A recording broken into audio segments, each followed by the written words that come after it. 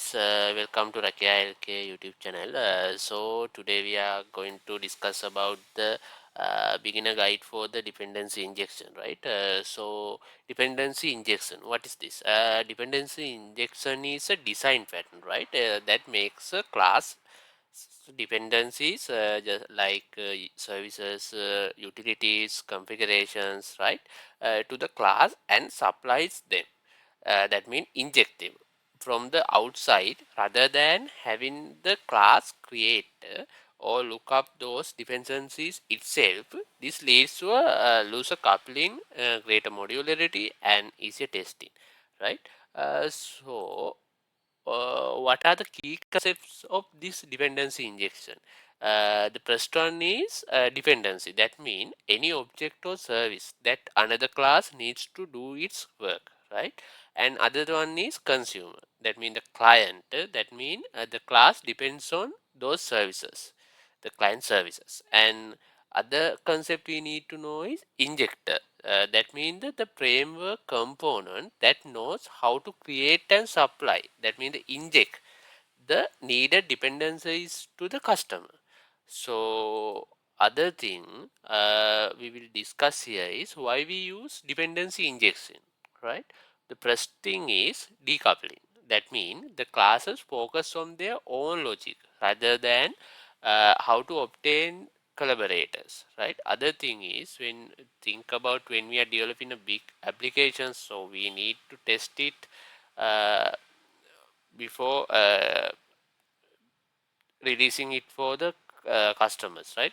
So for this you can easily swap real dependencies for mocks of X in unit test.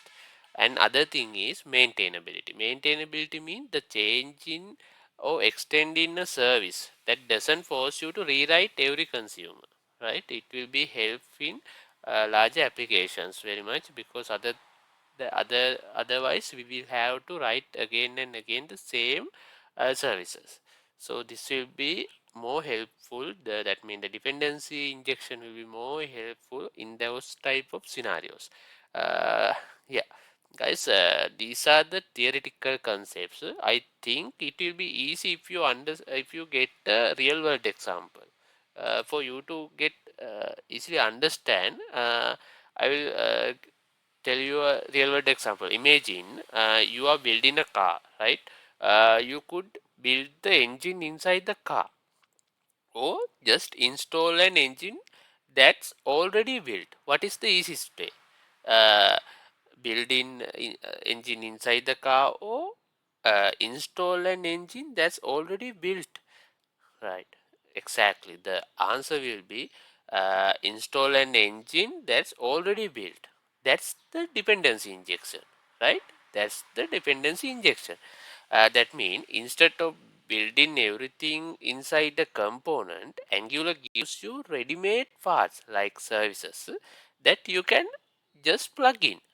Right, very simple. Uh, I think you could get clear idea what is dependency injection, right?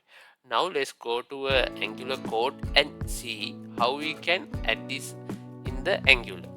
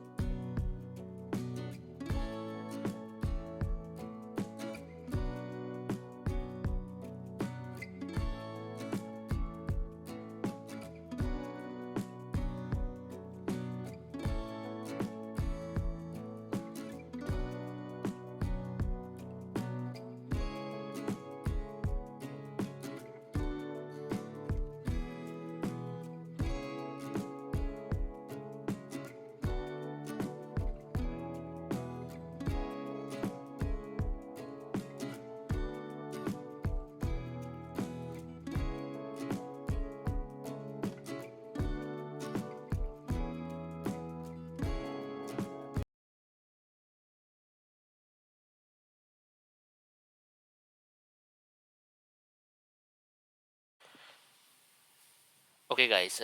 Now let's have a look at on the code what we did here. Just I'm passing string Rakiyalk. I created the user service, and what it's doing is it is returning the Rakiyalk LK name or any string you need, and this is our app component. And what we do is we use the user service in this app component and return in the name. So imagine your Angular app is like a restaurant, right? So this app component is the restaurant. Sorry, app component is the waiter, and the service is like the kitchen. So waiter, that means the app component doesn't make food. What it do is it just asks that the kitchen, that means the service, to serve it, right? Simple example. Imagine in this code, and in summary, we ask Angular to give us the service inside this component, and Angular creates and manage that service for us, and we call a method that service to get data. That means the we call get name method, and we show the data those the data we return in the HTML. Simple. So you don't need to write a new service inside your component. Angular handles that part behind the scenes using dependency injection. Uh, that's a very simple example for this dependency injection. I hope you get an idea about this dependency injection.